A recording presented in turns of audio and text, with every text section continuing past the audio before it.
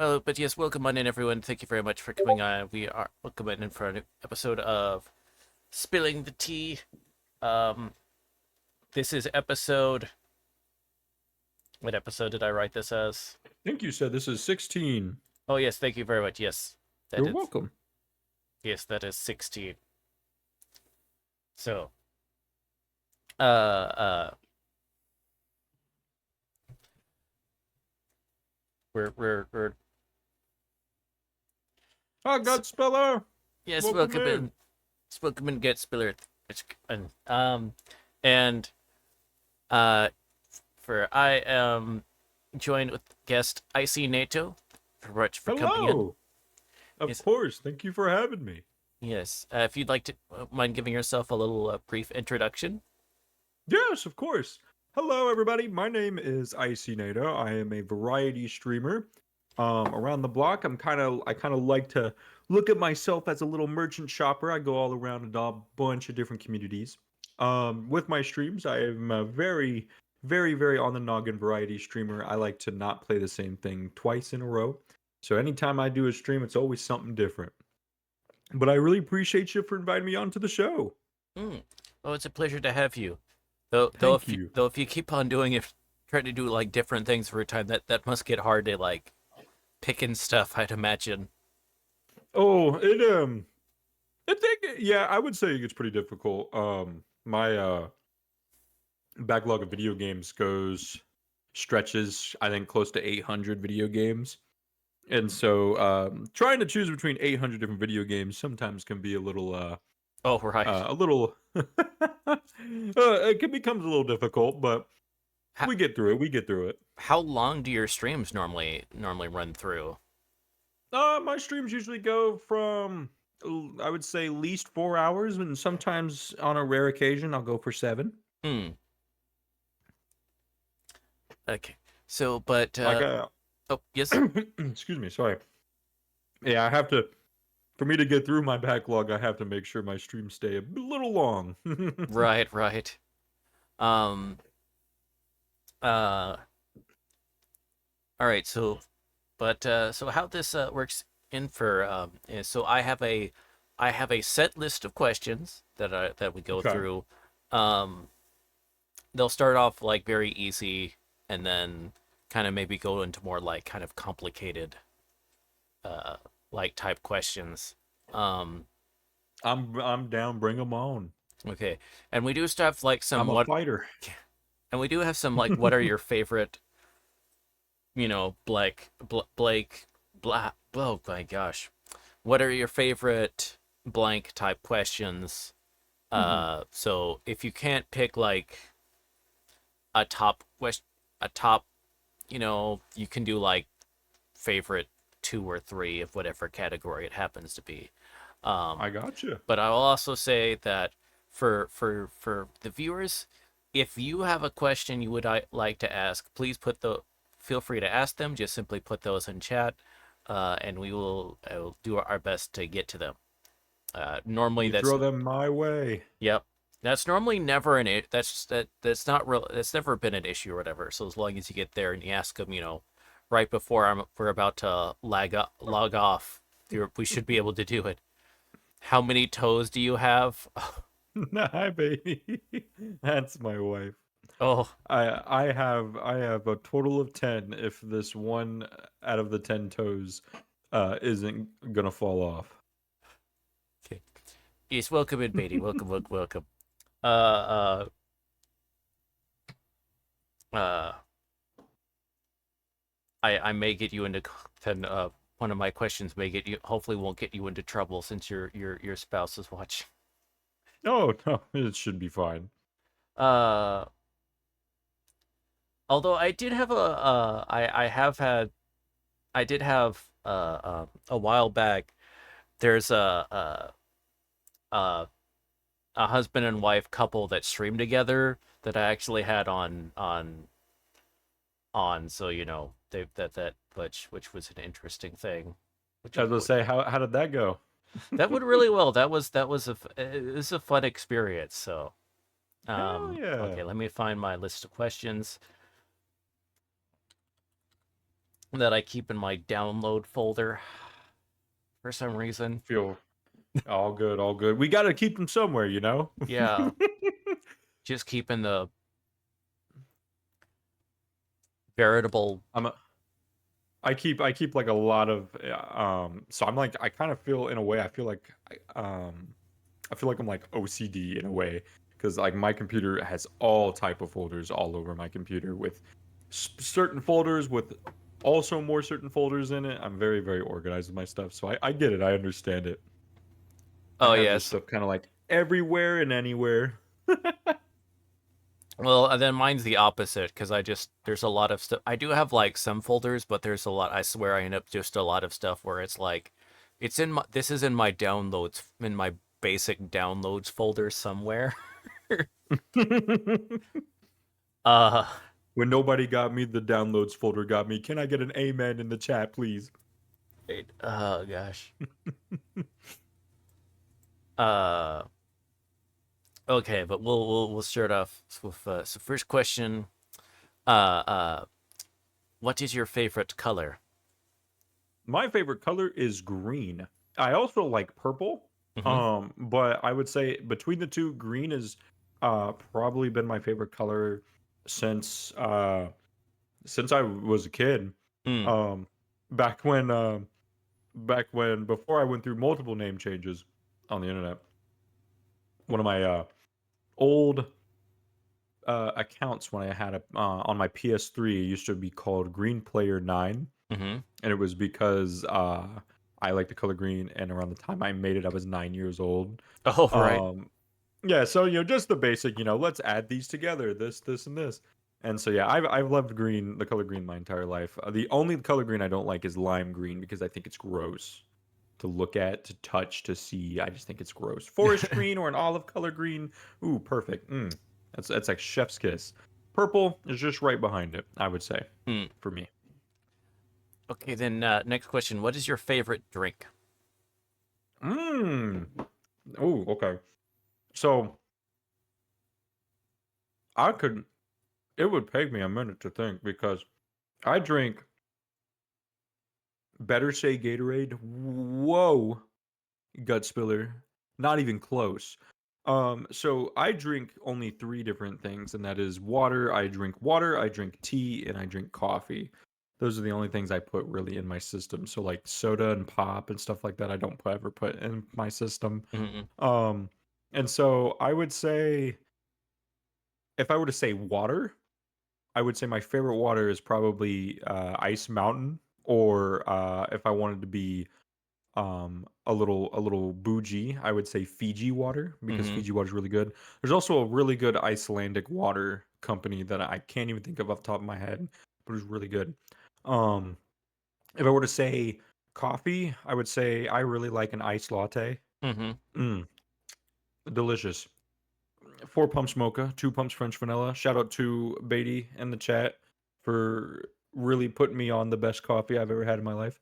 Um, and then for if I would say tea, I usually do a good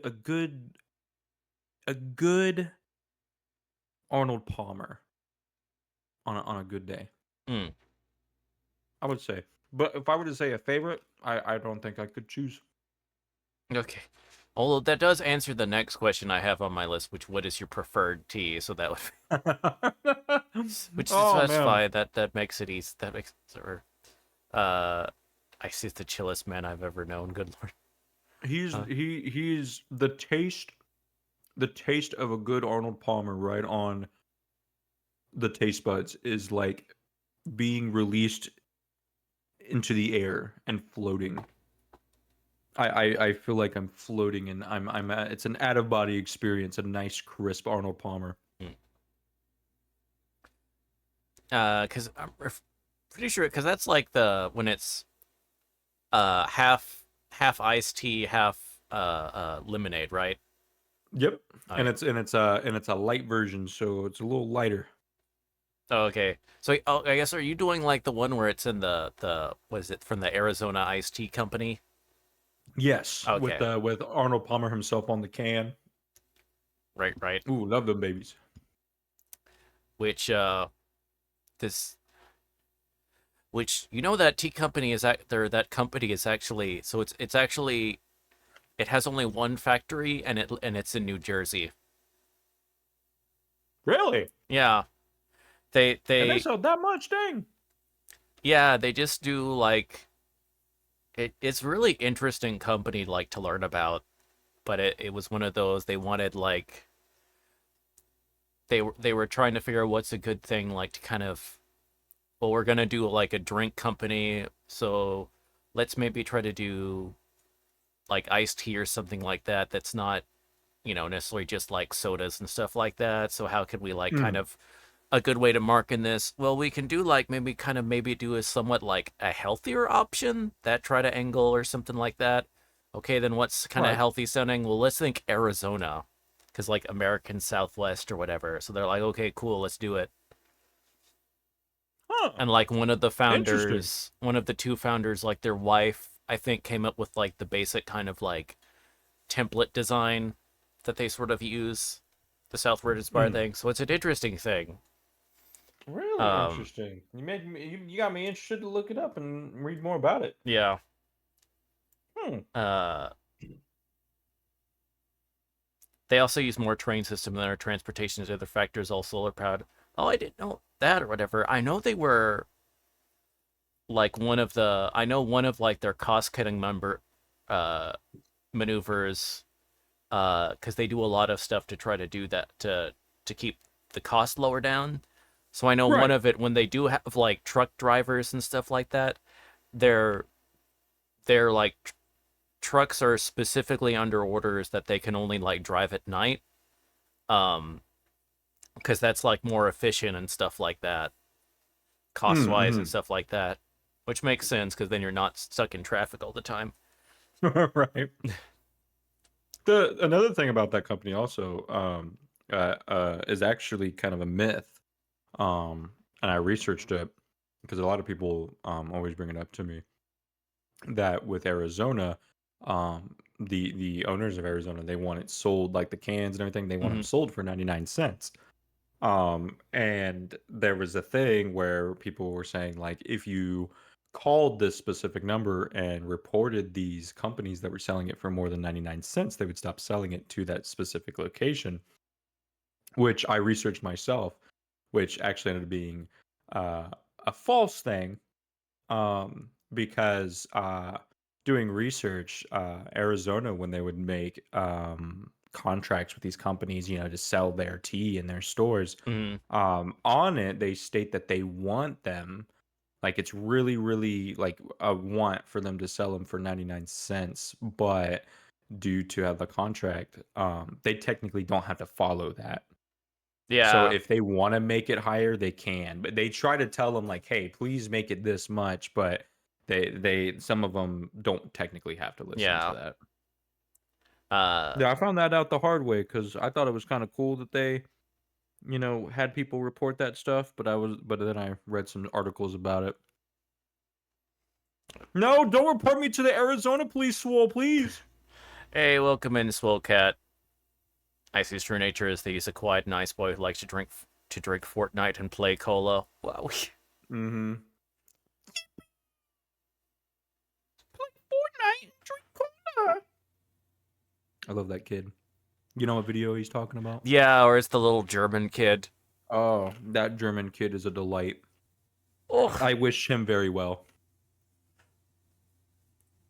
mommy's letting me drink cola and play Fortnite. Yippee! Yippee! I really hope that kid gets a sponsorship. Fortnite, hire that kid. Uh, let's see. They make their cans to have less waste need for aluminum, which they use recycled American aluminum. At least that's what we're told. Right. So you might be on there like, well, Soulcat. Yeah, yeah. Soulcat is right. Was a previous guest. Um, The which blacklist was didn't get to him in time. ugh, which was two guests in a go. I think you were I hope he so gets to make a Fortnite song in 2032. 13. So Soulcat. Okay, yeah, that was episode 14. Or as I realized when I made the sign, eventually the I wrote episode 14th. as opposed to Episode just 14. episode 14. And you had Swole on. Gosh, it Yeah. was already the best interview you ever had. Swole is that guy. He's Uh, just that guy. let's see. Okay. All right. So next question. Uh, what is your favorite dessert? One of my favorite dessert. You know, I'm a real big, so I have a huge sweet tooth. Okay. Mm-hmm. For anyone that don't know me well, I have a giant sweet tooth. I can eat a lot of sweet stuff. Um, there are times where, getting a little midnight snack or two, that happens a lot over here. Um, and so usually I like to keep the apartment over here all nice and packed with some sweets, just because of how big my sweet tooth is. Um, and so if I were to say, like, if I were to really say what my favorite is, I would say a good ice cream is always where it's at. I Mm-hmm. also really like a good thick milkshake. Mm-hmm. Um, Whether I go to like a regular diner, like an old school diner type of milkshake, or uh, uh, mainly ones like that. I love a really thick milkshake, one that you kind of have to use a spoon and the straw to drink because of how thick it is. Mm-hmm. I think that that's pretty good. So I would say ice cream would probably be my favorite dessert.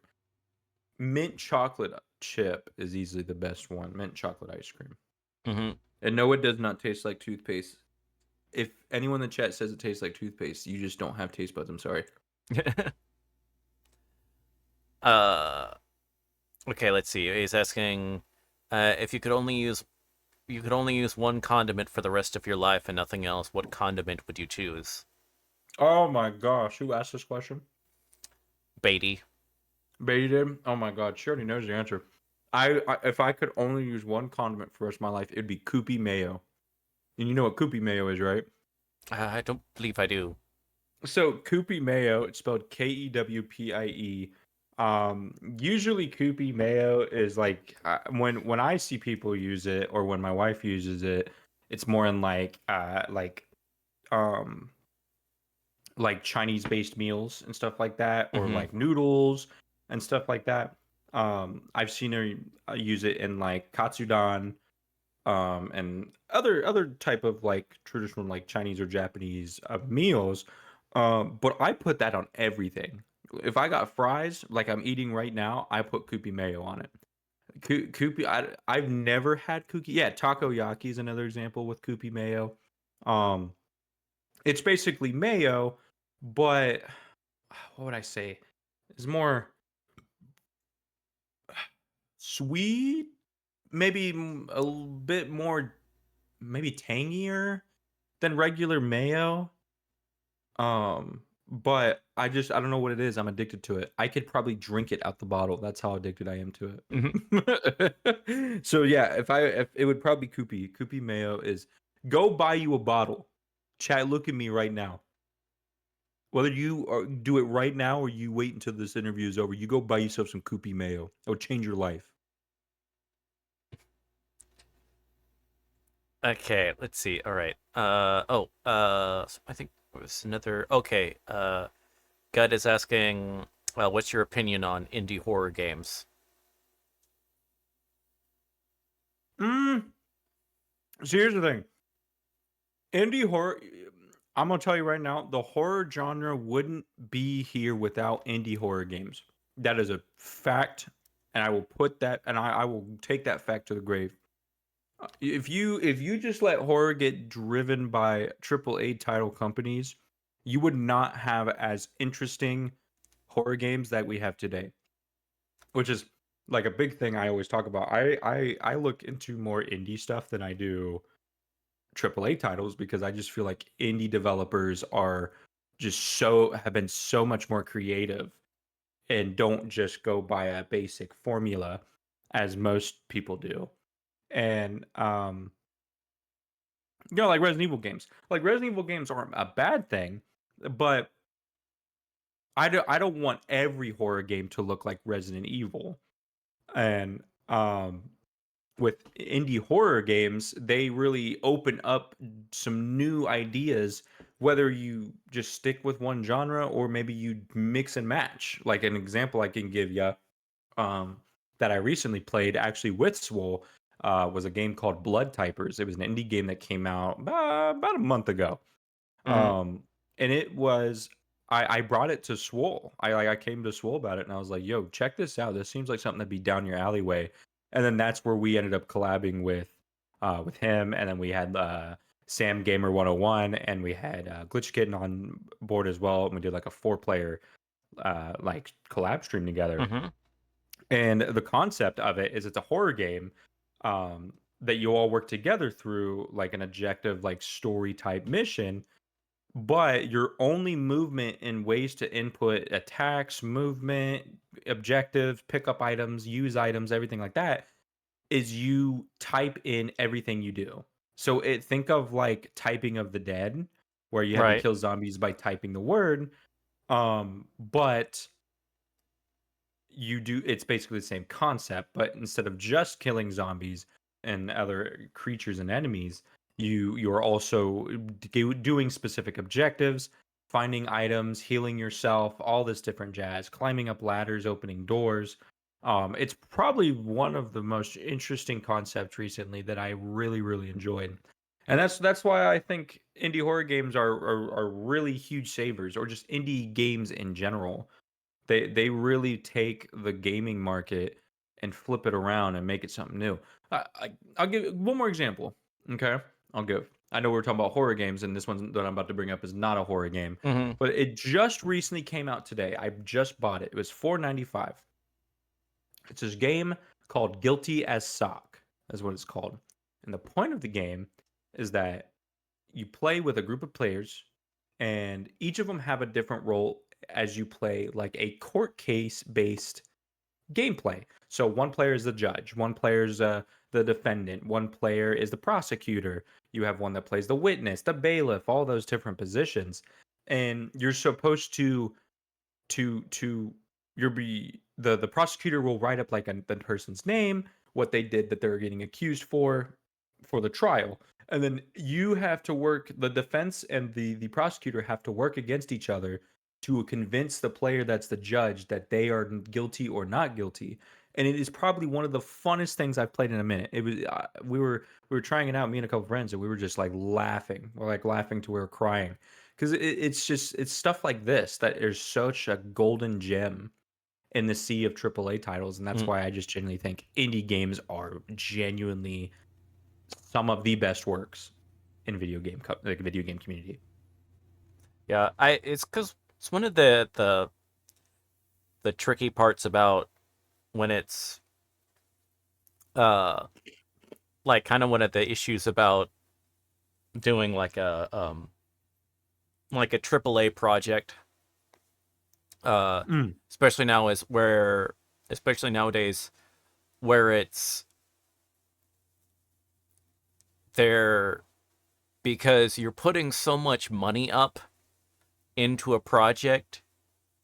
um Recently companies have been a lot more are a lot less they're much more in like wanting to bet on sure things more recently, mm, which is very anti-entrepreneur, frankly. But of course. because they don't want, they're like, uh, they're like, we want to make sure this makes money.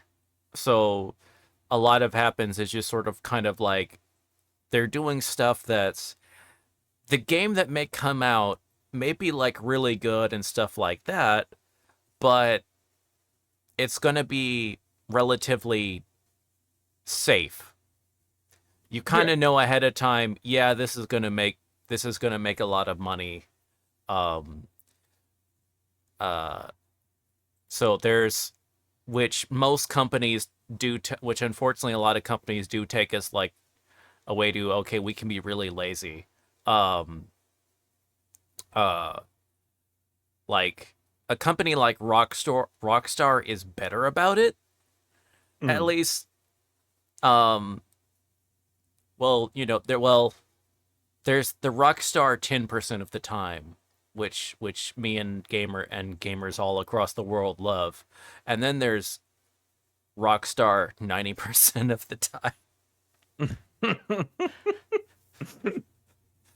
The Rockstar that releases Red Dead Redemption 2, and then there's versus the Rockstar that like released and then refuses to update Red Dead Redemption Online. Right, right. So, but anyway, but that's a little bit. But so when you have like these smaller like indie games, whether it's horror or like that, because there is even like double A games will like fall into this, where because there's much less money being on the line, they seem to be much more likely to like just try something. Right. Um, uh, so and especially if it's an indie title when it's just like a small team of people or whatever, that it's you kind of have to you're like forced to come up with like an interesting idea or concept because your selling point has to be like a unique your main selling point is going to be a unique experience um Right. because you do not have the selling point of uh we had a team of over 100 highly trained veteran industry like devs working on this, and then like lots of, and $150 million behind this. um uh you're so one of the really like the only few like exceptions to that rule at this point is like literally Hideo Kojima, who is probably like one of the like him and maybe only like a couple other like game devs are the type of people that can like, I want to make the weirdest shit imaginable. can Yeah, I and get I love that though. can I get a massive budget? Sure. Right. There's a dragon in my wagon, and I'm Um Thank you trying very to be much for bragging about old the Beatty. best tail wagging dragon in the Yeah. yeah, wagon no, I neighborhood. just I I want to make I a game where you play as Norman Reedus and deliver packages, and you have a baby in a goldfish bowl. And I it's like, loved Death Stranding, okay, by the way. I do too. I was excited, but then I was very sad when I found out that I'll have to wait for Death Stranding 2 to be released on like play on the PC. PC or whatever. Right. You No, can't be safe and it's stuff. yeah, it's just like I get like, the triple A title like companies and stuff they can do stuff like that and just refollow the same formula because makes them money. But I think that's why I just swoon more towards indie games because with them having to think of something good enough to grab people's attention, they do it very well. Um, I could name plenty. You can think of stuff like Lethal Company. Lethal Company was technically an indie game and that blew up. It was Yeah. insanely huge. And it was made by one person. It was basically following the one developer gift going around where it happened with Toby Fox with Undertale. Mm. Um but Lethal Company is a big example. Repo, that game is insanely huge. Every person knows what it is, and if you don't, I feel like you don't really live on the internet. But it's that game is huge. That was made by an indie developing company. The couple I made examples of, there was one that didn't recently come out, but it was one that I kept seeing. Crow Country. Crow Country had a really cool design to it, and I just think that's what makes indie developer so cool and so grabbing for me because they have to think outside the box. While AAA, they a lot of times they usually just follow the same format, do a little different changes, Mm. and but they still make the money because they're a big name. And so when people see that big name, big name comes with big money. But indie developers, I would say, usually would get my money more before AAA because of just how well made and interesting their games are. My Yeah. Friend Pedro, another example. I loved My Friend Pedro. It was a really good game. Hmm. Okay. So let's uh okay, well you ended up answering your favorite question earlier, I think, on favorite sauce, so that would be that mayonnaise. Oh yes, Koopy Mayo. It's so good. So I guess the question that we go is favorite type of pizza. Okay, so I'm kind of a basic man. So I usually do like a nice, a nice medium size, nothing too crazy. I can eat a large, but I usually just stick with the medium if I can. Um, and all I do is I get that extra cheese, and then get some ham right on top. Boom, that's all I need. Hmm. I could throw in maybe some jalapenos. Jalapenos, give it a little, there's a little tiny kick to it. Why not? Get a little spicy. Uh, okay, and then the next question would be favorite book. Favorite book? Well, I'm gonna be real honest with you. I don't really read books. I haven't read books since I was in elementary school. Um, when I think back in elementary school, I used to read a series that was very, very well known, called Warrior Cats.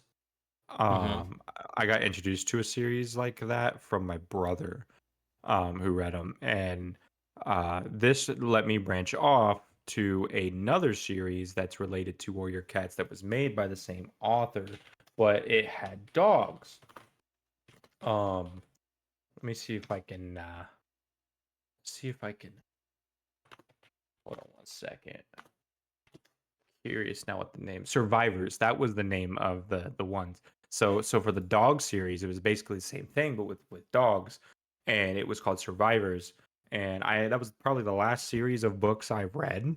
Hmm. Um, before I stopped around the end of elementary school.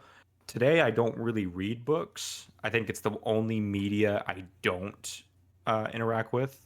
So I play video games all the time, watch movies, I watch TV shows. Really, really into watching more anime than anything else.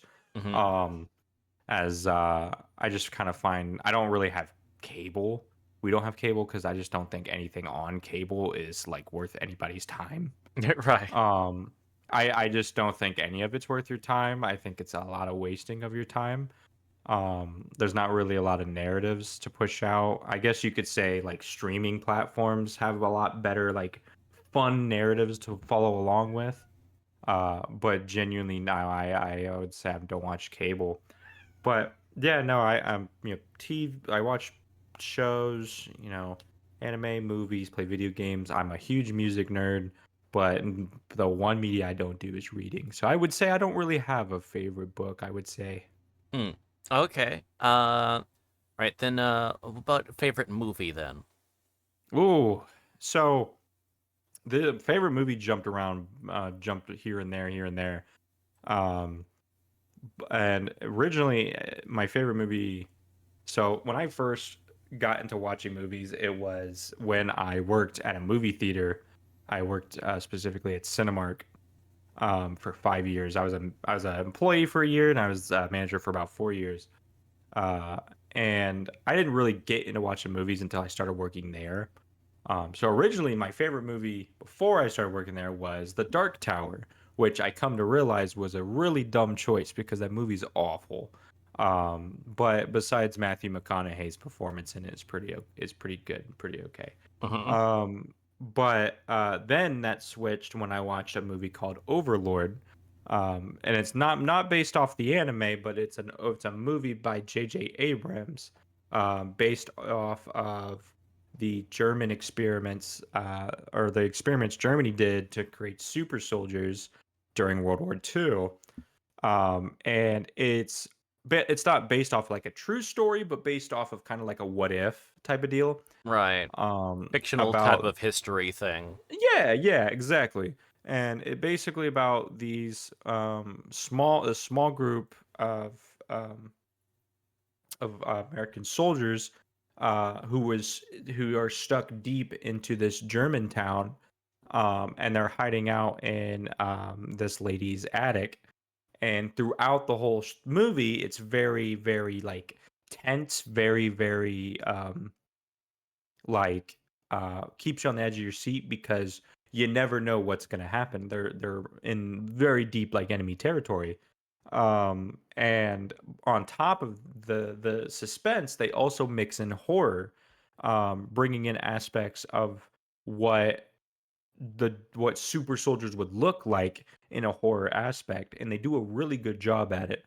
Um, and I would say that used to be my favorite movie for a while because I thought it was really, really good. I've watched it 10 plus times. But then a movie came out a couple years ago by a company called A24. Um, Right. and A24 has made some really good bangers. They made Hereditary, which is a really good horror movie. Very, very, very, very intense horror movie. I would, uh, if anyone ever were to watch it, I do warn you, it's a very intense horror movie. It is very, very rated R.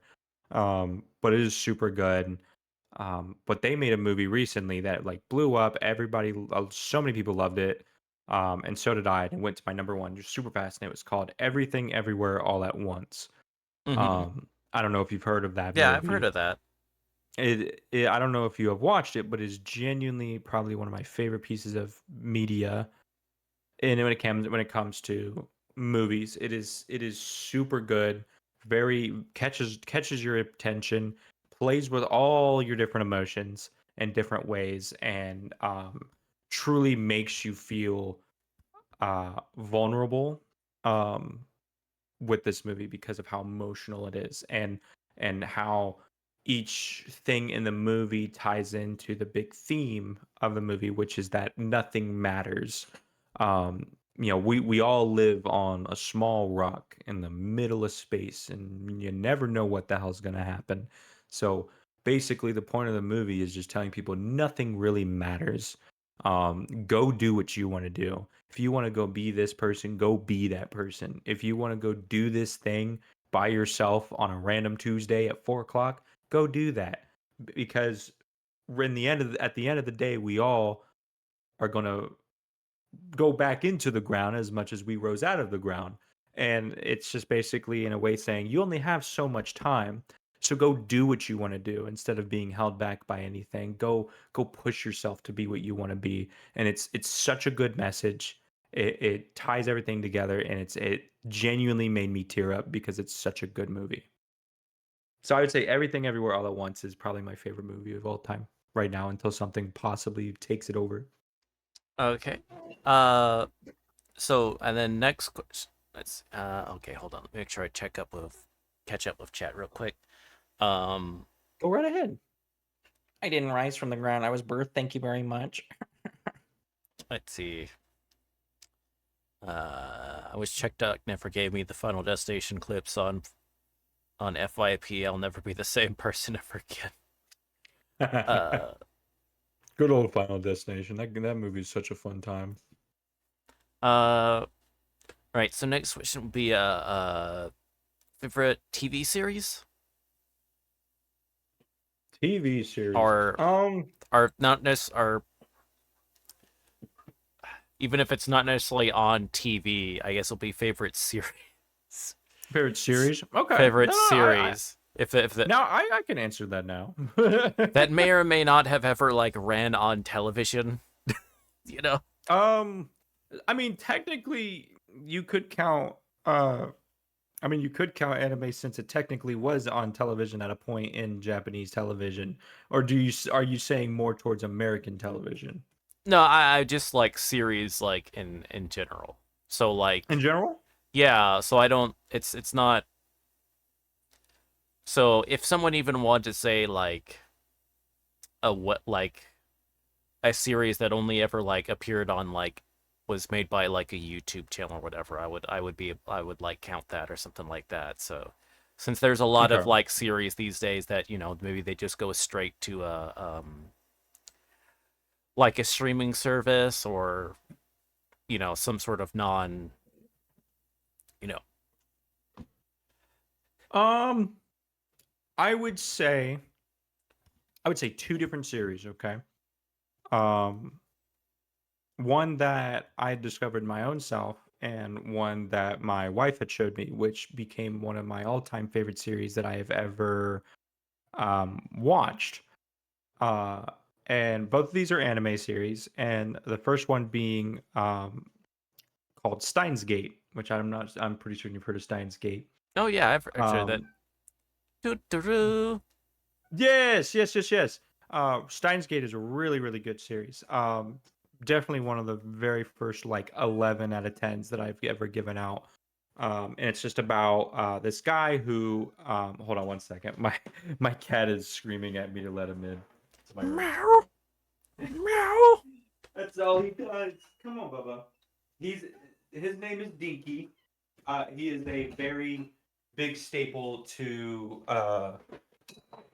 my streams. A lot of my community really loves to hear Dinky What come in and come out. He's like a mascot in a way. what breed cat is he?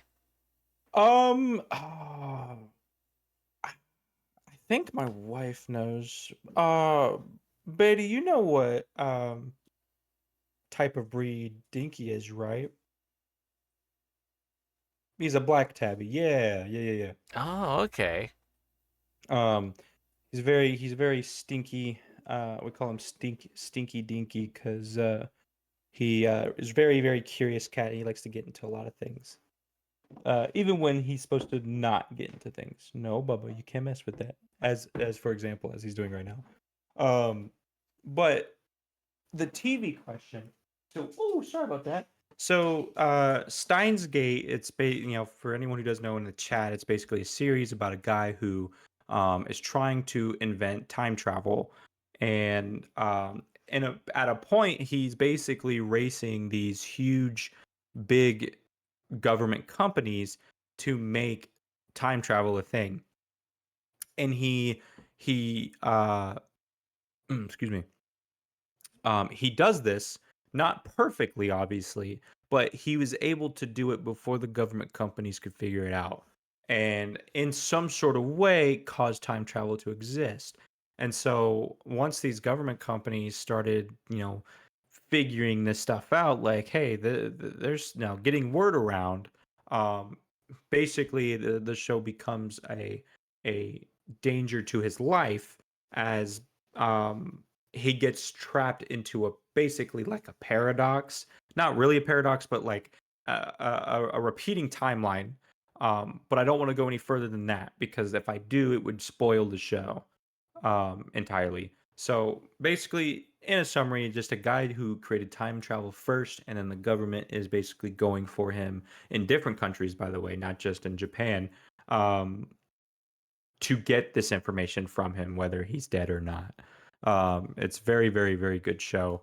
The only thing, butterfly effect outcomes in a way, exactly like Beatty said, like kind of like the butterfly effect. But I do warn, the one thing about the show that usually people drop about it is that for the plot really kicks in a little bit into the show. So the beginning episodes are going to feel a little slow, a little draggish. But I always tell people, I promise you, don't stop watching. It's going to get really good out of nowhere. You're not going to be ready for it. It's going to hit you like a truck, and then you're not going to be able to stop watching because once that truck really hits, it doesn't stop driving. It keeps running you over constantly, and you can't stop watching because every episode at that point feels like a cliffhanger to make you go to the next one.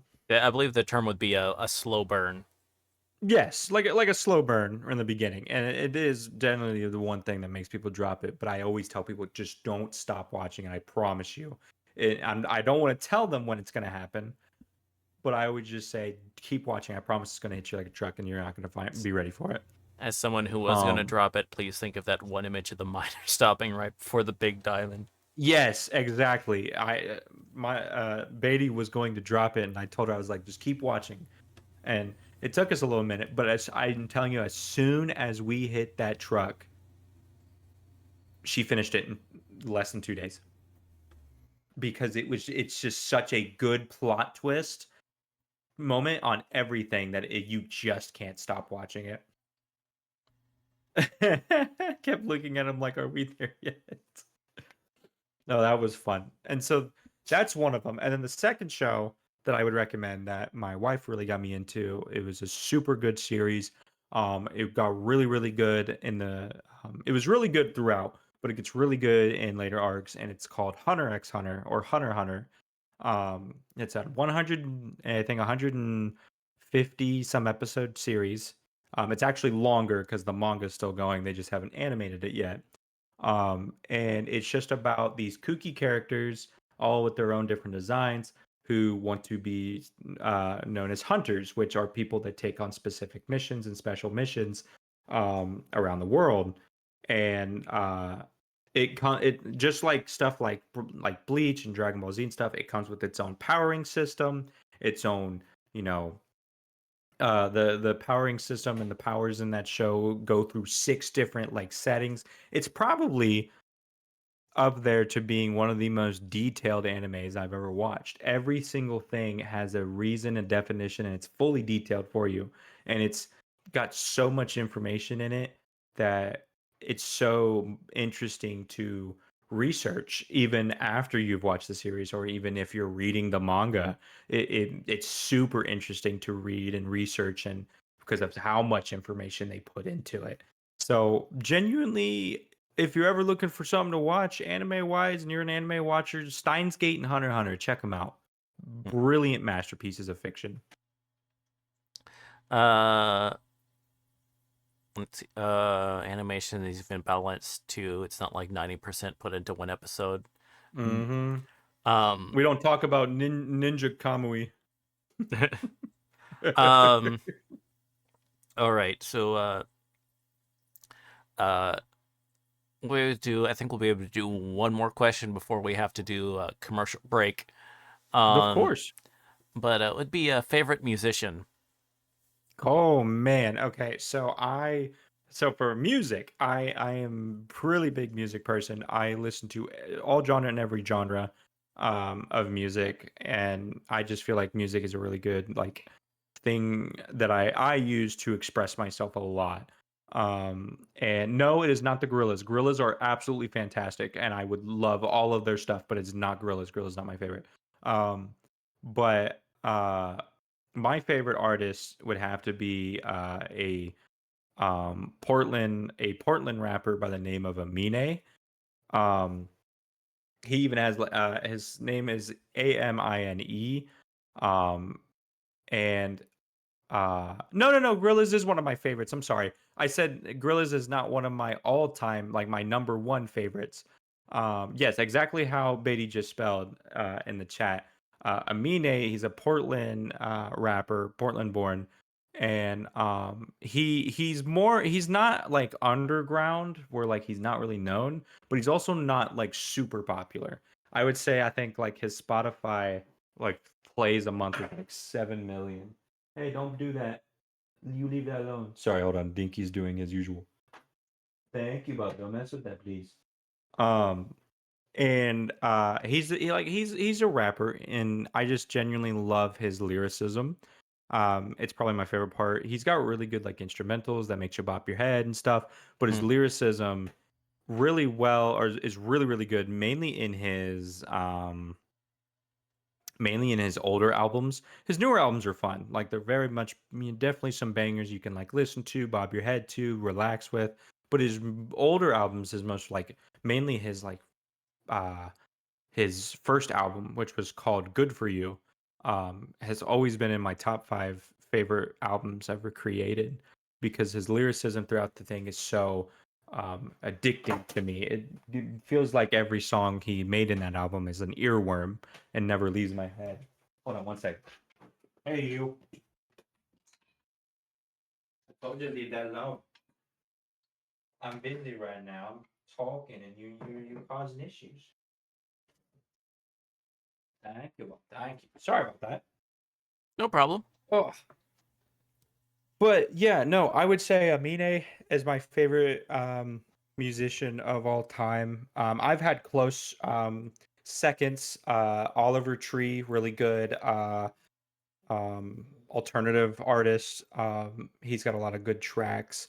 I used to really listen to back when I was in high school. I used to really listen to Post Malone. Um, but I fell off listening to him as much as I did when I was in high school, when he switched to country music. And country music isn't like I listen to country music, but not like it's not my favorite like type of genre.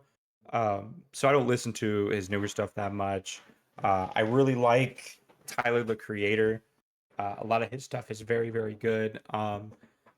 His he had a very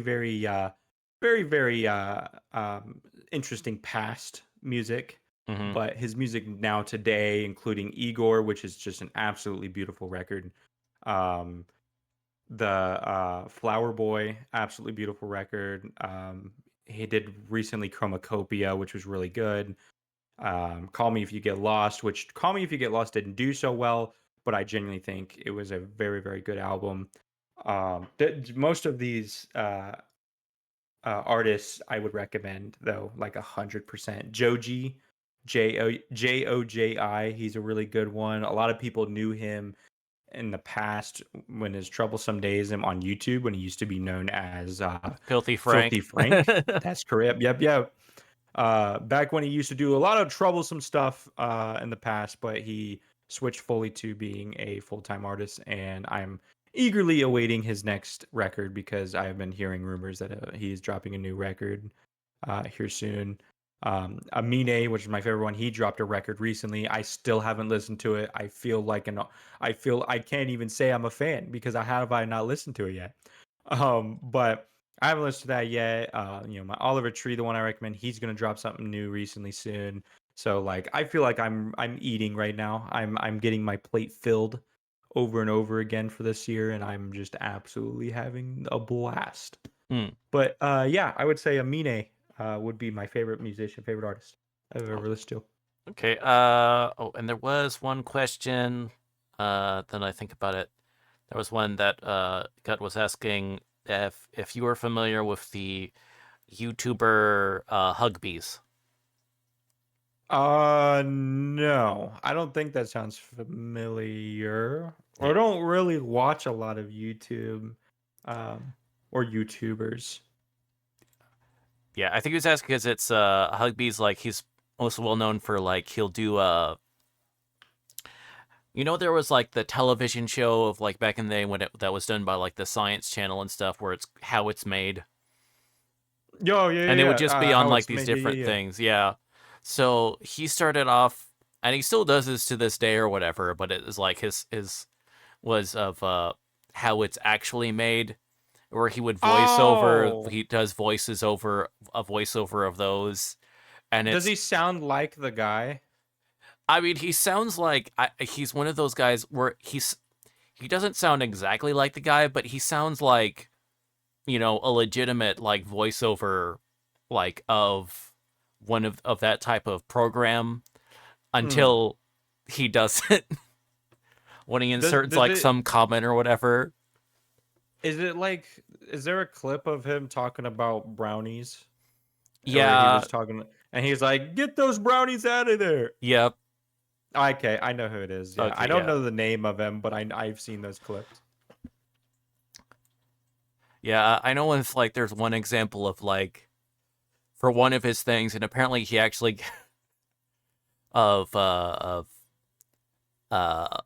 like during one episode like for like cheesecake, Mm, he like goes to this place like, okay, so listen, I know that some people watch these while they're going to on those like go while they're going to sleep. right. So I'm just gonna do this, or he said like yells in the mic, "Wake up!"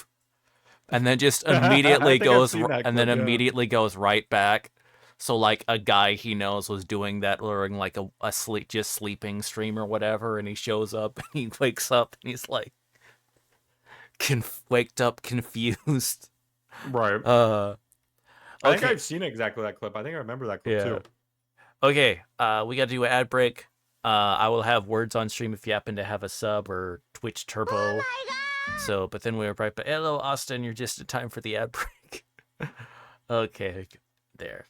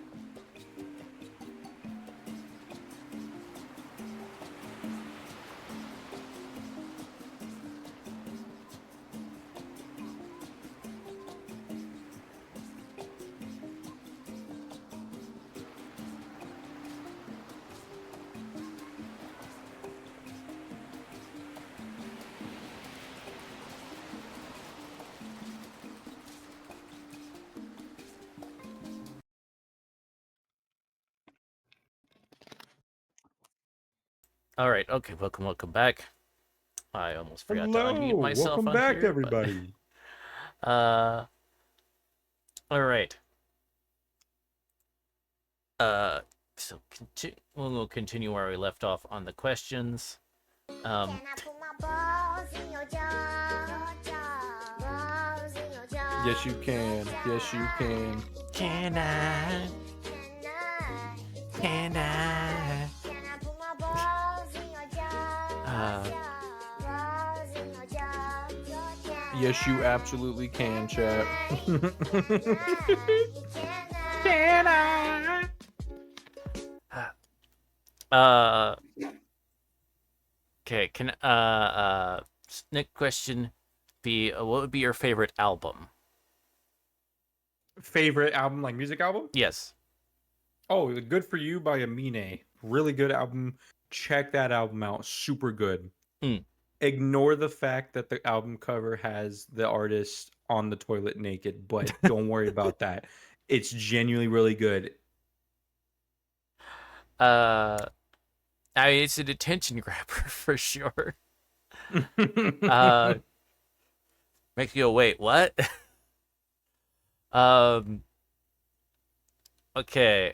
Going into more like uh, moving into game type material. What is your favorite game? Favorite game. I would have to say, so I can't really say I have a single-handedly favorite video game. I kind of feel like for me that's impossible to say. I have so much video games that I play that I don't have a singular one, I would say. Okay, So a top three maybe, or I could give a top three.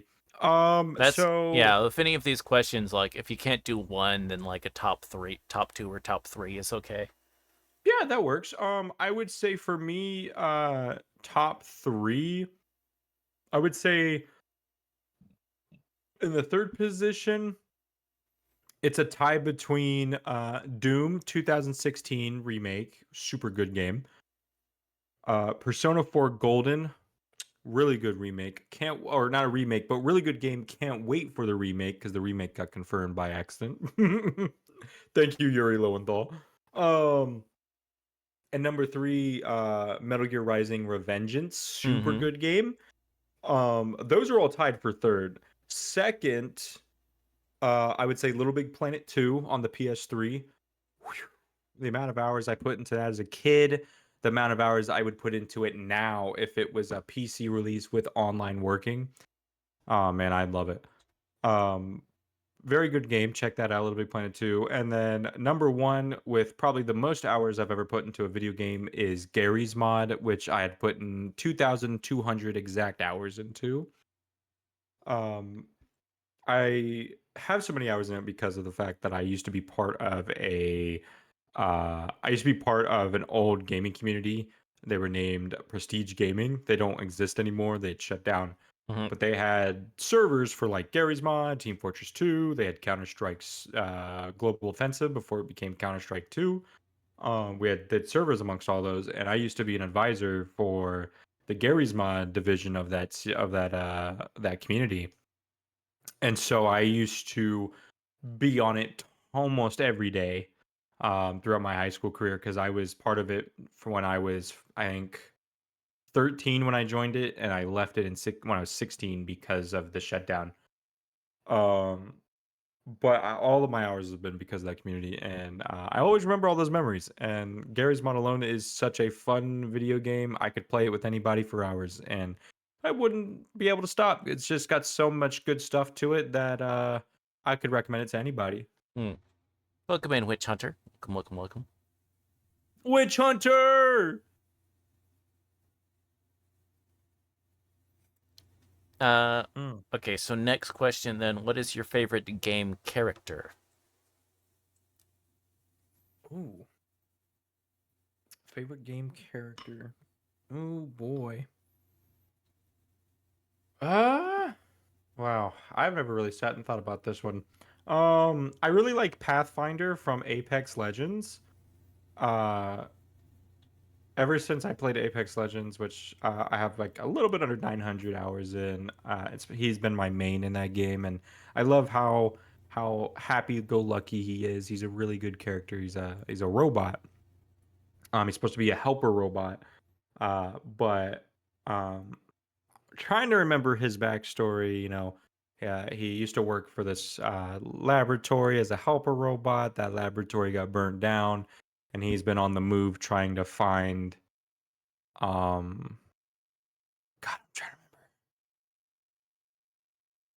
I can't remember what he was trying to find. If he was trying to find them, or if he was trying to find something specific, or if he was trying to find his identity, something like that. But he's really good character. He's very happy-go-lucky. I always love his personality. Um,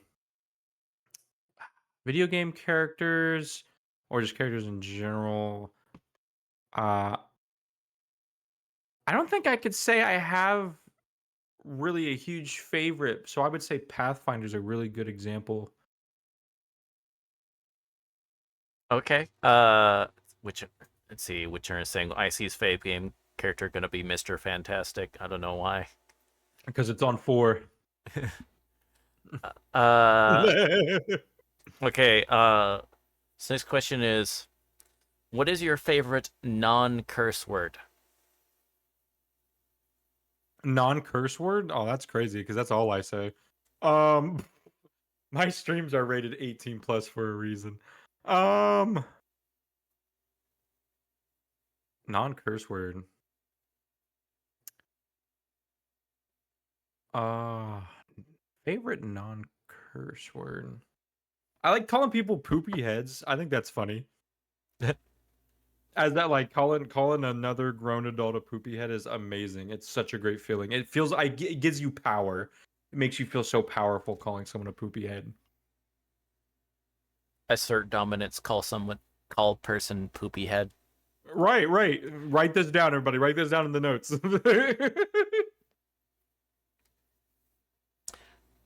Okay. What would be your least favorite word?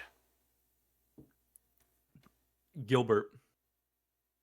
I hate that word, and I can't be friends with anybody named Gilbert. Gilbert? I can't stand that. I can't stand that name. I don't know what it is. Every time I hear it, I can't do it. I am baffled that somebody would birth a human being and then be like, let's call them Gilbert. Excuse me. I'd rather you just call me Goku, and I don't even want to be called that. Okay. Okay. So now, what is your favorite curse word? What's my favorite curse word? I say fuck a lot. In very, very in very, very high and low tones. So I would say fuck is a pretty good high one on there. Hmm. Okay. I feel like you could probably go through like a compilation of mine and find me saying fuck at least like 10 plus times. Uh. Okay. Next question. What profession other than your own would you like to attempt? Like something new, you would say? Yes. Mm,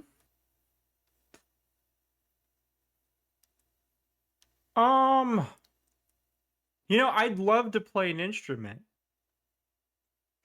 When I was in middle school, I used to be in a guitar class, but we had dropped it. Me and my brother were both in it, and we had dropped it really fast because the person that was teaching us really wasn't teaching very well. He was the type of teacher that was making sure everybody was on board with where we were, and if somebody was behind,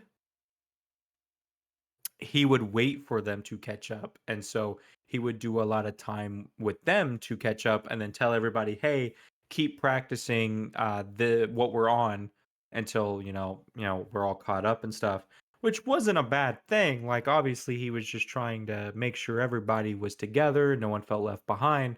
But for some people who are already had it down like that and were ready to move on, here we were 2 weeks later still on the same issue. And Mm. so me and my brother gave it up because we were just like, we don't feel like we're learning anything. Um, and I never picked up anything again. Now, if I were to ever learn an instrument, I'd probably learn it from my wife because she when she grew up in high school, she was in marching band. So she knows how to play stuff like the French horn, she knows how to play guitar, she knows how to play piano. She's really good at it, and I would probably go to her to teach, but I would say that would be what I'd like to do. I would say also at one point I really, really, really wanted to be bilingual and know a lot of different languages. Mm. Um, and I used to be I used to use like language learning apps, stuff like Duolingo and stuff like that. But I stopped messing with Duolingo once Duolingo did their little turn to AI. And I kind of stopped using it at that point. And so I haven't really learned anything recently, but I'd love to learn stuff like Japanese, Russian, German. I'd love to learn that stuff. Mm. Uh, okay, so next question. If you had $100 million to make a movie, what would it be? Oh my god. Um, I would uh I would take that money and I would put it back in a better director's hand and remake the Monster Hunter movie that flopped and that was fucking awful. There was a Monster Hunter movie that came out in December of 22. Mm. And I watched it in theaters and I was really excited because on the trailer the monsters looked good and they looked perfect. And I found out that Capcom, which is the people that make Monster Hunter, I think. I think Capcom makes Monster Hunter. Yeah, yeah, Yeah, it's yeah, yeah. Capcom. So, they only had one part in that movie, which was making sure the monsters looked right, and that was why the only good part of the movie was the monsters because they looked perfect. Because the people behind them made sure they looked good. But they had no say or touch on the story. And that's where that whole movie fell apart. It was terrible. They were bringing in like American military stuff, which was like, no, this is not what people want to see. No one wants to see the American military in a Monster Hunter movie. We want to see people with bows and giant great swords beating the shit out of monsters. And they somehow missed a very easy opportunity for a cash grab because the game tells itself. All you got to do is just look at it. And I think the director had said like they've never played Monster Hunter and they only got their information from Capcom. And that's how I knew it was going to be a flop and it was awful. So yeah, I would take that money and I'd give it to a better director to make that movie again and make it better. That's what I would do with that money. Mm. Uh, okay, so here's the question that hopefully doesn't get you too much in trouble with your spouse. Okay. Um, who is your waifu or husbando? Oh, I wouldn't get in trouble. She would actually tell you hers too if she'd like. She'll say it in the chat. Um, babe, drop your husbandos, or wives. I do like Mikasa from Attack on Titan. Really good character. Um, let's see. I could let me think for a second. Uh, let's see. I would say. Trying to think of like some good ones that I would say. Mirako from My Hero Academia. Mm-hmm. Very, very good character, the bunny hero. Absolute chef's kiss. Uh Mikasa from Attack on Titan, chef's kiss. I'd also would say Annie from Attack on Titan, that's also chef kiss. Um damn, I've watched a lot of stuff, so like trying to think of a lot is pretty difficult. Let me think. Um shoot. Um when I was younger, when I was like younger than when I was like in the first going into high school, like 15, 16, I used to really, really like Toga. Um, but now I'm 25 and I don't really get into like teenager characters. It makes me feel very weird. Um, it's very, very not a good thing.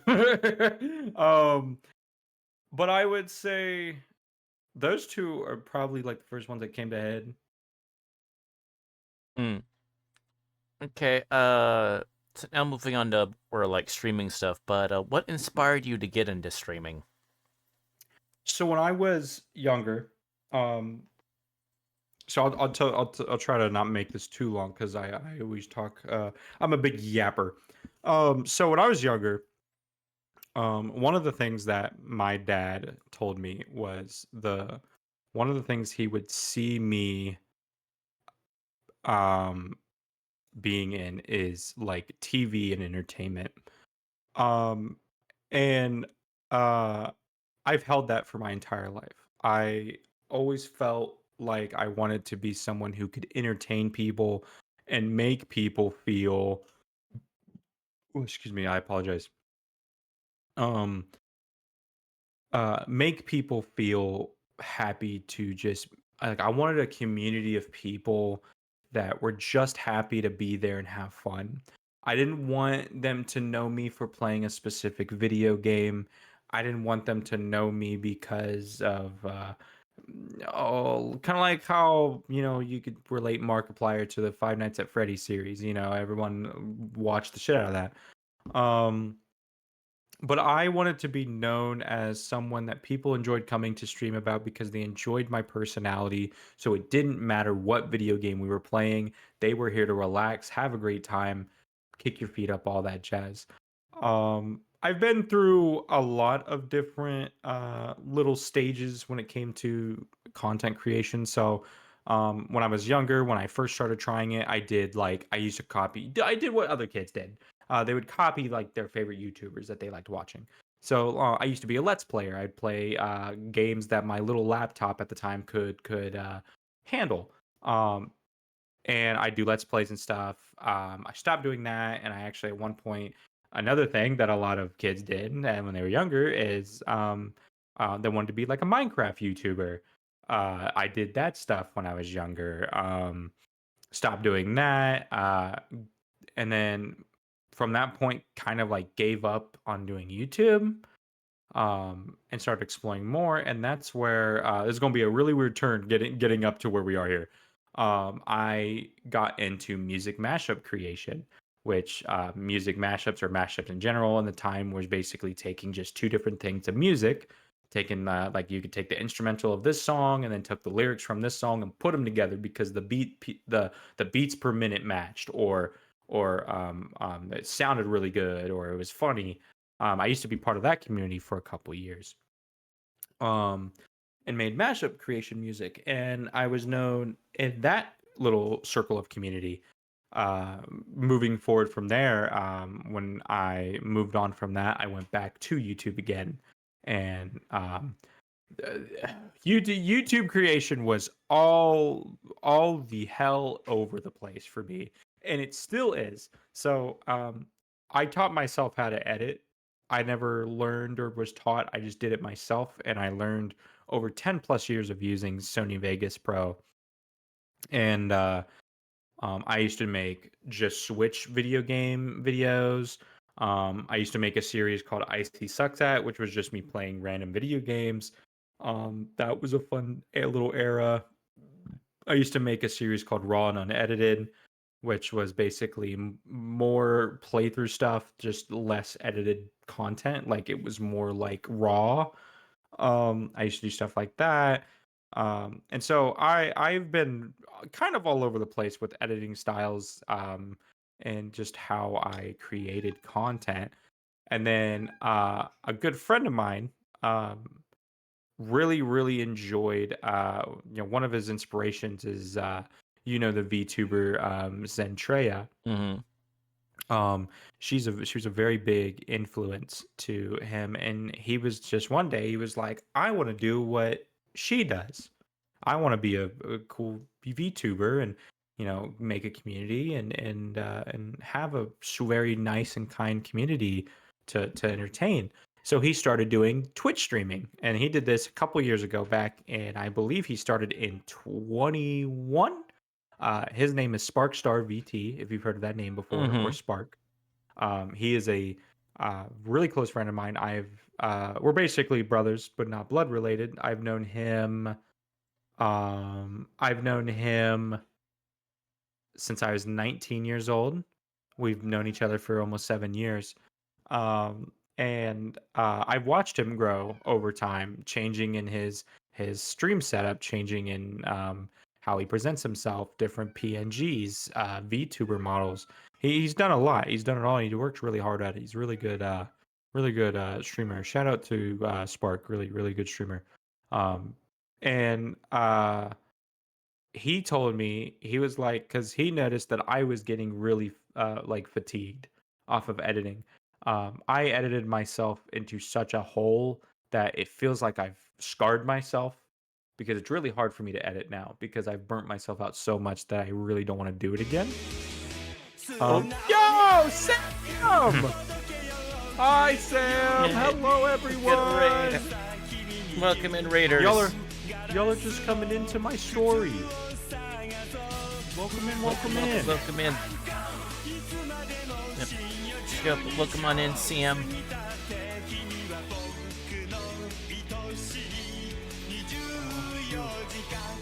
Wait, continuing my story, I like before I even came to streaming, just to give everybody a little quick recap.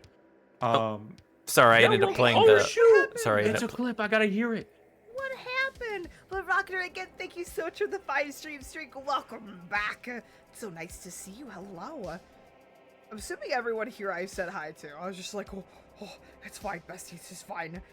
Galaxy the Booper. You'll still fight me? Do it. Fight me. I dare. I dare. But welcome on in, Sam. Thank you very much for coming. Let's see. You were playing games and demos. What was the. And also, thank you very much for coming. Yes, you're here for the interview. I dare to fight. But yeah, welcome on in. I am Virgil Cobalt. I'm a variety streamer. I play a number of different games as well as doing weekly readings. And currently, I'm doing my interview series. Interview series.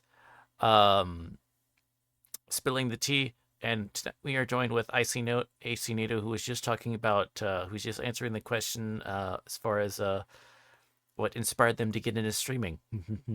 So Yes. if you need to do any after stream care, please do so. But otherwise, feel free to sit back, relax, enjoy the rest of the stream. And also, reminder: while we are going through a list of set questions, if you happen to have any questions that you would like to ask, please feel free to put those in the chat, and we will do our best to make sure we get them. I'm also an open book, so don't hesitate to ask me any questions. Some of you from Sam's community know who I am. I'm a very big 18 plus streamer. So don't hesitate to ask me anything. I'm not scared to answer anything. I'm an open book. But to give you guys a little like recap what the story I was talking about. So before I even came close to where I am now, where I'm streaming and have a little small knit community of people that I really enjoy seeing all the time when I stream. I first started, just to quickly recap, when I was younger, my dad saw how interactive I was with media and how interactive I was and how I acted and stuff like that. And he always told me when I was younger that he would see me on TV. And that always made me excited as a kid. So ever since I was a kid, I always wanted to be in entertainment. Whether it be on TV, whether I was on the internet, whatever it was, I wanted to do something that involved entertainment. And so a lot of my life, I went through a lot of different phases of entertainment stuff and in different like aspects of the internet in different corners. I first started out when I was younger, when I was around 12 or 13. I did YouTube where I did stuff like I tried to do what all kids wanted to do when they were younger. Oh, I want to be a Minecraft YouTuber. Oh, I want to be a Let's Player YouTuber. Stuff like that, because that's what all the people I watched did. And so, I was one of those kids that was just like, oh, I'm going to be super original and do my own stuff, even though it's nothing original. It's the same thing. Um, and then moving on from that, I got into mashup creation, music mashup creation. Taking the instrumental from this song and maybe taking the lyric from this track and putting them together, make something new. And oh, your VTuber model, they went a little sleep there for a second. No, sorry. You I conked turned out my for a sec. I turned my head over, so it's fine. Can we hear Icy's Minecraft songs? When I was a kid, I made Minecraft songs, Swole, and I never released them because I didn't know how to make music. And so I made Minecraft parodies that will never be seen from the public because I don't have the notepad that has all the lyrics on it anymore because it doesn't exist because it's gone. Yeah, well, I didn't tell you because it wasn't really like I didn't actually like have proof to show. So all you would get was, yeah, I used to make them. That was all. I couldn't tell you anything about it because it was like back 10 plus years ago. Um, so like I used to do that stuff, and then SoundCloud mashup making. I used to do that stuff for a little minute. Um, and it was secrets from the wife. We gotta ban him is insane. And so I used to do mashup making for a minute, and then I went back into YouTube, and that was where I really scarred myself and burnt myself out of editing so hard that I find it almost impossible to get back to the way I was because I did that nonstop for hours and it burnt me out so bad. And I used to make all different type of series on YouTube. And I wasn't really learning that, if you're wanting to do content stuff, you need to take care of yourself, and not worry about pushing this out, pushing this out, pushing this out as quick as can. And myself at the time didn't really realize that. So all I did was burn myself out and scarred myself to a point that I just feel like I can't do that stuff again. And then when I was 19, I met a group of people, which one of those people involved Spark, or as you guys know, as Sparkstar VT. I've known him for 7 years, almost 7 years. And we've been close ever since, close brothers. And he got into streaming back in around 2021. He had inspiration of people like Zentreya, where he was like, I want to do what they do. So he researched what he needed to get a hold of, what he needed to do, all this stuff, and he started streaming. And he had a slow up climb. He went from being nowhere to now, years later, here he is. Why he use the mic then? What are you talking about? What do you mean? Um, um, um, and now today Spark is actually coming up to 3,000 followers. He's doing an absolutely fantastic job. Very entertaining streamer. And like I said, big shout out to Spark. He's a great streamer. Yeah, everybody would love him. But then as I was burning myself out, Spark and Beatty, because Beatty also, fun fact, everybody who knows Beatty, she used to be a streamer.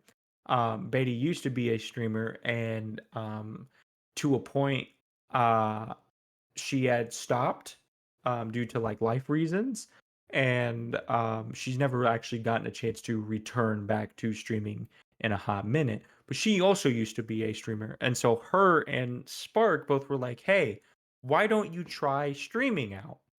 They were like, "I know you're more of like an editor type of person, but streaming you might be able to find something fun in it." So I started doing that. I started streaming in 2023, actually 2022. I did a couple streams on and off of Subnautica and of Mirror's Edge, which I beat Mirror's Edge on stream. Um, and just to try it out, I made myself some basic makeshift screens because I wasn't going too crazy about it. And I was on and off in 2022, stopped doing it throughout the rest of 2022 because I just felt like it wasn't me. I came back in 23 near the end portion of the year, tried it again, and then here's where I've been since. And so once it finally clicked with me, like, hey, I actually think I could do something like this. It kind of made me feel like I was pulling myself out of a hole of entertainment of just like, stuff that failed or things that weren't working out, or I wasn't sitting right with me, and I felt like I was so burnt out. And this felt like that light in the end of the tunnel, that diamond that you're mining towards, that you're almost about to find. Um, and so I started taking it seriously. So I started taking it seriously in 2024, and now here I am in my second year, and I think I'm at 399. Started from the bottom portion, came up to about 399 after 2 years, and I think that they're doing a pretty great job. I feel like we've, not just me, but all the people in my community, has created such a nice little tight knit community, where I love every single one of them, and I just feel like I'm filled with joy every time. Even if it's just one person, it fills me with joy to see people want to return and watch more. And um, it's been a minute since I've ever seen something like that, and so I appreciate it a lot. And I think I'll be here for a pretty long while. Pretty long while. Hmm. Uh, okay. So next question. So why let's see. What inspired your design slash theming? Well, the PNG you're looking at is me. That is exactly how I look. Just without the hair in the front area. So the PNG I have was actually also made by Spark years ago, and I never changed it, never upgraded it, because I don't really, I'm not a person that looks to upgrade my stuff as soon as I've already upgraded it. And it's true, I do hide my hair under the beanie. Um, and the PNG I have is based off of an actual picture that I had given Spark, and Spark like drew something out of it. And I've had this PNG for years now. He always keeps bugging me. He's like, "You need to upgrade your stuff," and I'm like, "Why?" Like, no, there's nothing wrong with any of my stuff. Like, it looks great, but I think it's just because it's his old drawings, and he doesn't like looking at his old stuff. Mm. But um, I've it's basically just me. I'm in like a nice little green. It's a polka dot on the PNG, but it's like a floral in the actual picture. And then at the time of that photo, it was actually one of my first years dating my wife. It was our first year together, and she took that photo. And I actually had a full set of head hair. And then over the years, I've dealt with like a lot of stuff, a lot of stressful situations, and I get put under stress a lot. And so my hair has just went whew, vanished over the years. So now all of my hair is a running joke in my stream. People say I have founding father hair because all of my hair is in the back of my head, and like near my forehead into my scalp is not that much hair. So like as if like I'm stressing enough to where I'm balding, which is probably going to happen. But um yeah, it's just like a running joke that everybody's like, "Oh, you shake your founding father hair," and it's just like a running joke and stuff. But that's what my PNG is based off of. I'm planning to get a new one, finally, upgrading, but I'm still in the works with that. So I'll always have this one though. It's like my staple. Okay. Next question. So what is your biggest inspiration for what you do? So uh see, this is a hard question for me because put icy on the quarter is insane. Oh my gosh. So um so I don't really have inspiration. Um because when I was younger, I did when I did YouTube and other stuff like that, I had all types of inspirations and stuff like that. And he, I'm gonna be just real honest with you. Most of those inspirations over time, as I grew older, ended up becoming people that were not good people. Um, Basically, you know who Cryotic is, right? Uh, I can't Situations remember like that, if you know what I mean. the Um, basically the jokes about Minecraft YouTubers stuff, pretty much. That yes, exactly. And a lot of the inspirations that as I enjoyed as a kid ended up just being these awful people, and that gave me a lot of trust issues in just having people to enjoy, because a lot of them ended up being awful people, and so I just over time felt like I didn't have inspiration, and so instead of reaching and out for that inspiration and grabbing that inspiration, I I work hard to being myself to be an inspiration for people. And I really want to be like an inspiration to some people. I really want people to to look at me as like what, how do I want to say this? Sorry. I'm yapping faster than my head.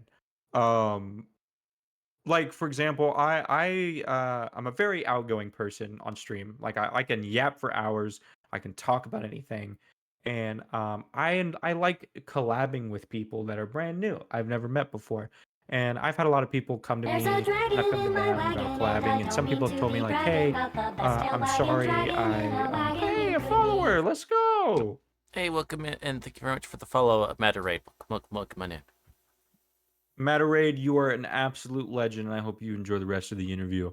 Um, and the thing for me was that I want to be, so the collab thing. So I've talked with people, and a lot of people have told me like, before collabs and stuff, they're like, hey, I just want to apologize in advance because I'm very shy, and it takes me a bit to like get out of my shell, and that I don't think is a huge issue. I don't think that's an issue at all. Because you're doing stuff with a new person, it's expected to be that you might be nervous. Mm-hmm. You don't know how they're going to act. You don't know their personality that well. Or if you do, you don't know if your personality is going to be able to bounce off of theirs and make a good harmony. But I have done a lot of collabs, and I always want people to know that I love to be an inspiration to people so that they know that, hey, it's okay to be yourself.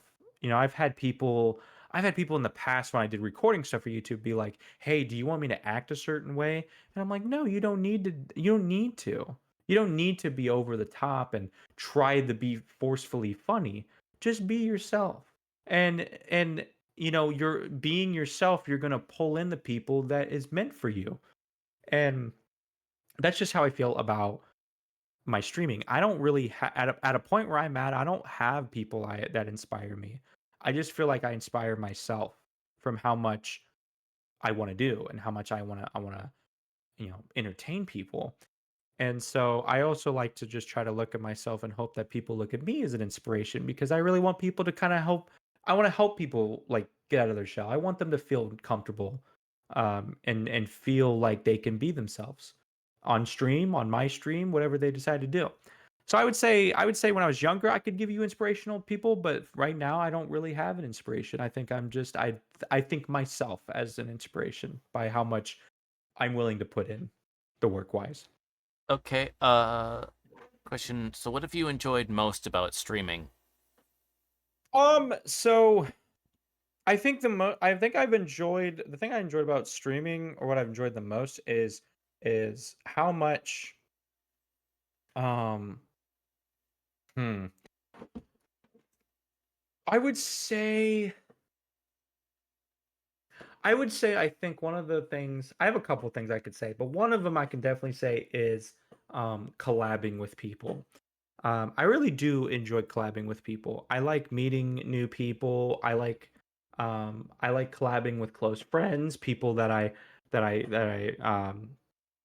just love to do stuff with. Like I have a list of people that would consider, like, if I was doing this stream on this day, like a solo stream, I was playing like Doom or something, and they came to me and they were like, "Hey, I'm looking to get one more person. Do you want to join in on that exact same day?" I will scrap that solo stream and be like, "Yeah, I'll be there," because I mess with I in a pardon my language, but I fuck with the if I fuck with you, I'm a flip my whole schedule around just to make sure I can be there. Now the one negative about doing collabs is that over time while you do collabs, you start to learn you don't uh there's some people that don't really connect. That doesn't really bounce off, doesn't really make a good harmony. And I could say over the course of 30 plus people that I've collabed with and more probably on the horizon, I can say half and half. I have had half people that I fuck with and half people that um I feel like give me a certain vibe that I need to adapt to or a certain feeling that doesn't make me feel comfortable. And I think that's just the fun in meeting people. Yeah, it's not a bad thing. Like let's say like your stream goes bad, Mm, the collab went horrible, the you weren't really connecting well, it was very awkward, stuff like that. That's not really a bad thing because you didn't know that was going to happen. So you learn, okay, write that down on a notepad. This person, their name, we don't really connect, so maybe not do some stuff with them, but that's an okay thing. And I feel like some people still do collabs with people that they don't like because they don't want to be a mean person, but that's an everyday life thing. You're not gonna like people and you're not gonna connect with people 100% of the time. Holy shit, Sam just said it right out of my she just took it out of my head and put it in the chat. You can't connect with people 100% of the time, and there's nothing wrong with trying, but there's also nothing wrong with even after you tried, it didn't work out. And I think that's uh like I've heard, I know some people who will like play a like plan to play a video game with that person before the stream so they can get an idea of who they are, which isn't a bad thing, right? But I think for me, I just go like right into it because I just think it's, if it's a good stream, it's a good stream. It's a bad stream, that's okay. You're never gonna have 100% good streams. So I think that's probably been my favorite thing about streaming, meeting new people and getting to meet people and get their personalities. And oh, I want to say this too. I want to say this too, for everybody in the chat and for you and for anybody. I am a huge when it comes to meeting people, right? I I don't think any person to me is intimidating. And I don't mean that in like they're trying to intimidate you, but like some people are like they get like cold feet, they get like short breath meeting someone that has like this many followers or something like that. And I just want people to know that as someone who doesn't find people intimidating, people are people. You're not you're if you act a certain way, it's going to make people feel uncomfortable. Just be yourself. I could be meeting someone that has like 50 followers, or I could be meeting someone that has 50,000. I don't think a follower count is intimidating because I find people to be people. I don't find people to be above me, and I don't find people to be below me. I find people to be on the same level ground as me, no matter what many followers you have and how you act, because we're all people, and we all have our different ways of interacting with each other. And for me, I don't think that stuff is very intimidating. I think I can be friends with anybody. Now, that's obviously not going to be a possibility because, you can't be friends with everyone. That's not possible. You're never going to be able to do that. And so you just be friends with the people that make you feel comfortable, make you feel happy. So, yeah, if you are out there and you ever have cold feet wanting to ask someone to do something, just ask them. The worst answer you're going to get is no. And that's my opinion on that. uh, And I would say collabs are one of my favorite things that I've gotten to learn as a streamer. okay. She always takes my breath away. Sorry, I didn't mean to interrupt you. Swole, please. You got me sweating over here. All right. So, okay. Next question.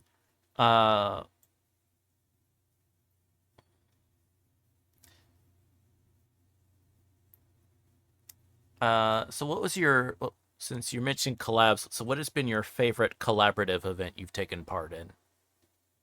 Oh, like are you seeing like a special event or just anything collab wise?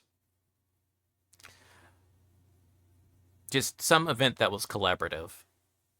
Um, I most recently took part in raid train donathon for a group of people who had a friend of ours named Kit the Fox, and Kit has an awful PC, like definitely is not like it can do stuff, but it's really chugging away to stream. And so like we did this big huge raid donathon, and it was actually hosted by Sam. Sam was like the head of the train, and we all basically continuously had a raid train into other people's streams, raising money uh, for new PC parts for his PC. And it was like the goal was like 2,000, and we actually raised up to a little over $2,500, and it was really really great. It was a very fun time, um, getting to meet people because there were some people in there I never met before. Getting to see everybody's creative process throughout the time as we were planning it come together. That was very fun.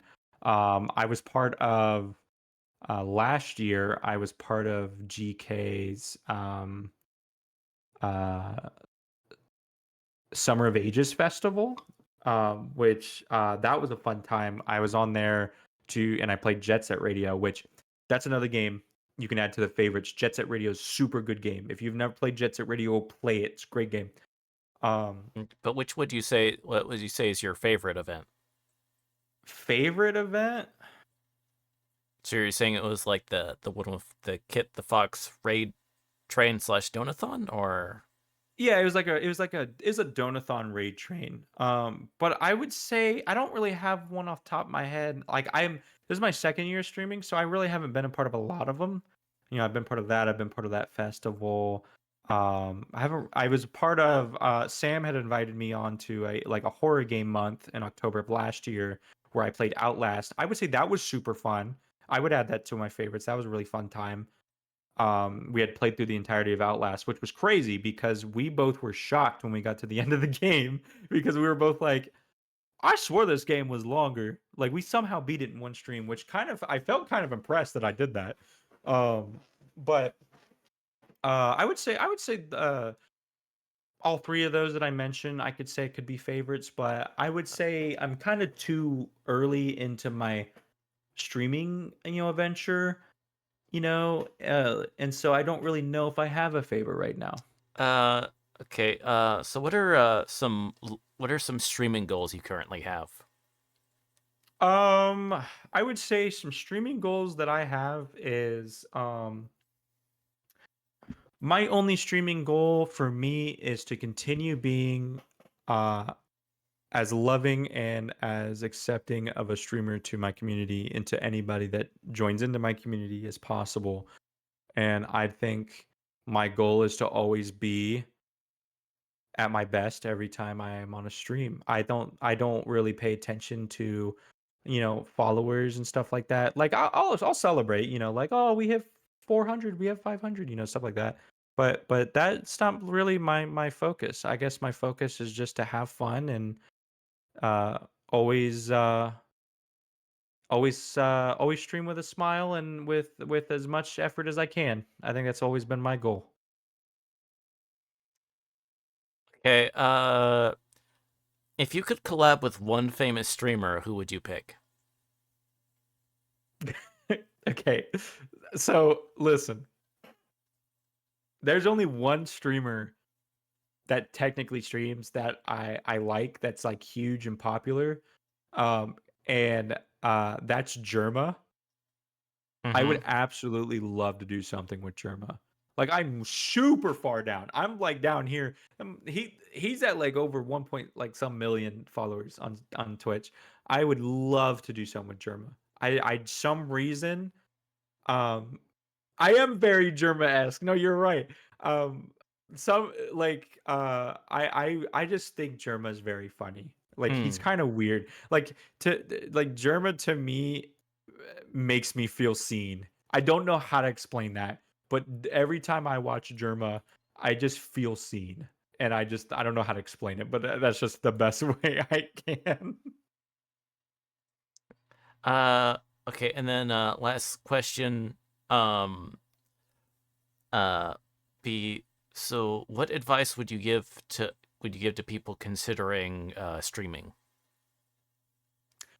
Um, biggest advice I could ever give to people streaming or streaming for the first time or wanting to be a streamer is 1000% the biggest goal you need to have is to make sure you are being yourself.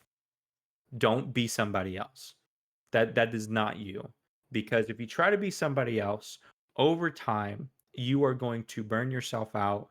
You're not going to enjoy and I just feel like, you being somebody else, that's not you. And so you're going to draw in a community of people that want to be there because of you being this person, but you're not enjoying it because it's not you. And so that would be the first thing. Be yourself. Don't ever change yourself, your personality or anything that just to impress people. That's lame. Don't do I think that's some big loser shit because that is not necessary. The other thing um, that I am a huge advocate for when it comes to streaming is um, you can make your setup any way you like to.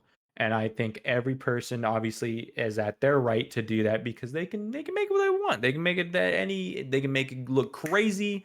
Like Swole's stream in the chat, for example. Swole's stream is so damn interactive that sometimes I feel like my ADHD can't fucking keep up with what's going on. But that's Swole's stream. That's Swole, and that's how I know Swole. That's why I always go by the streams because I know how interactive they are, how crazy they get.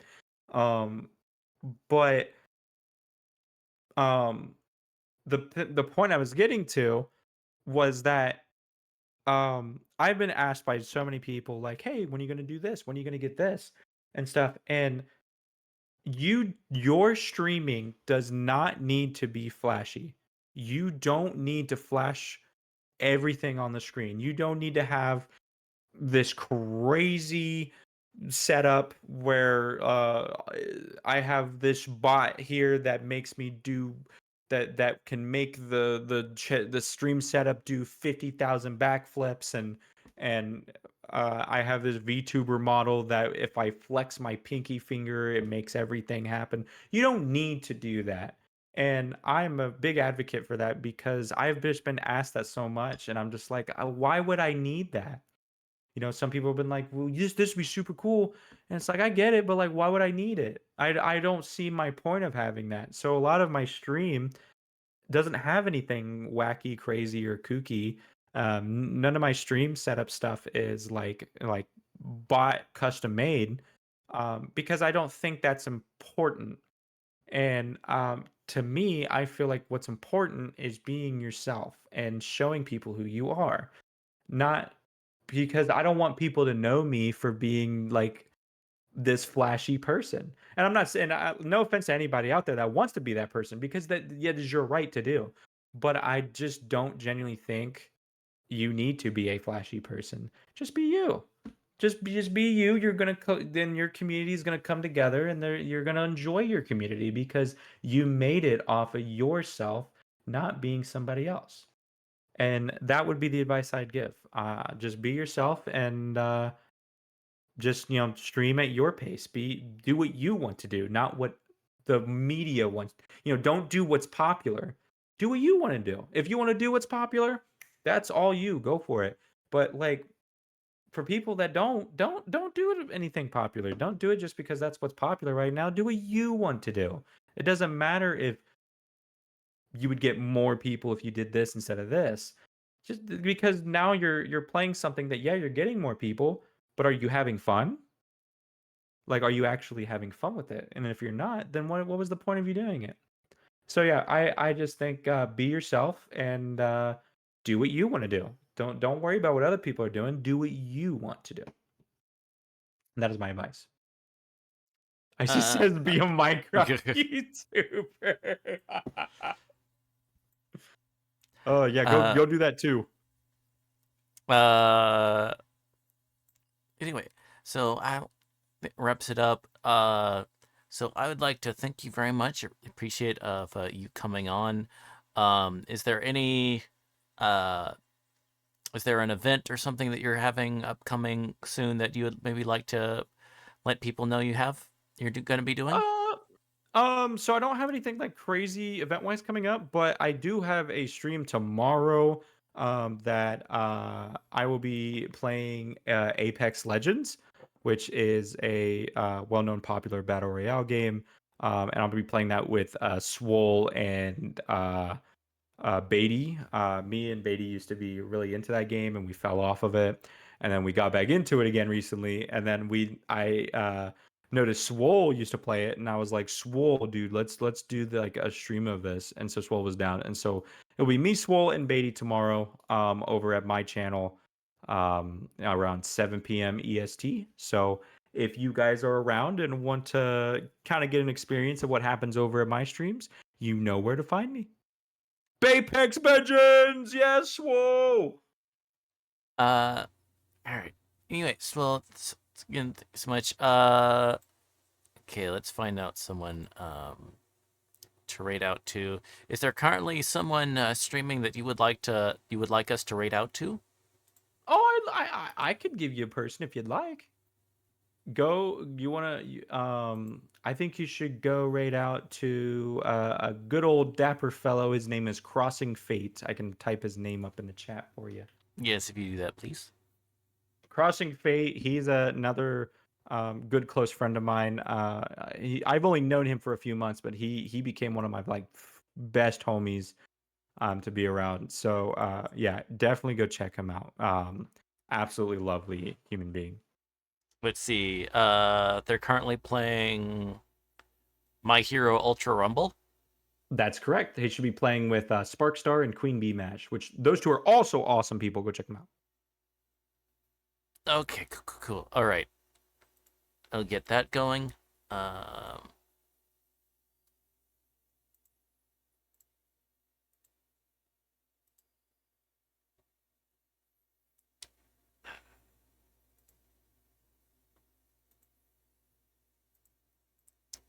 okay, and hit wrong button. Yippee! We love Fate in this house. And there's let's get our raid messages going.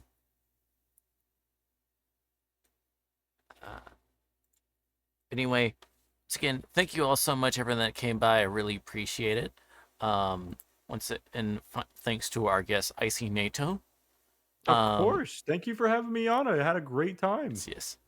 And thank you, everyone that came by today, and for Sam Gamer for the raids. But all of you will have a lovely night, day, whatever time zone happens to be. Thank you all, and bye-bye. Have a good night, everybody.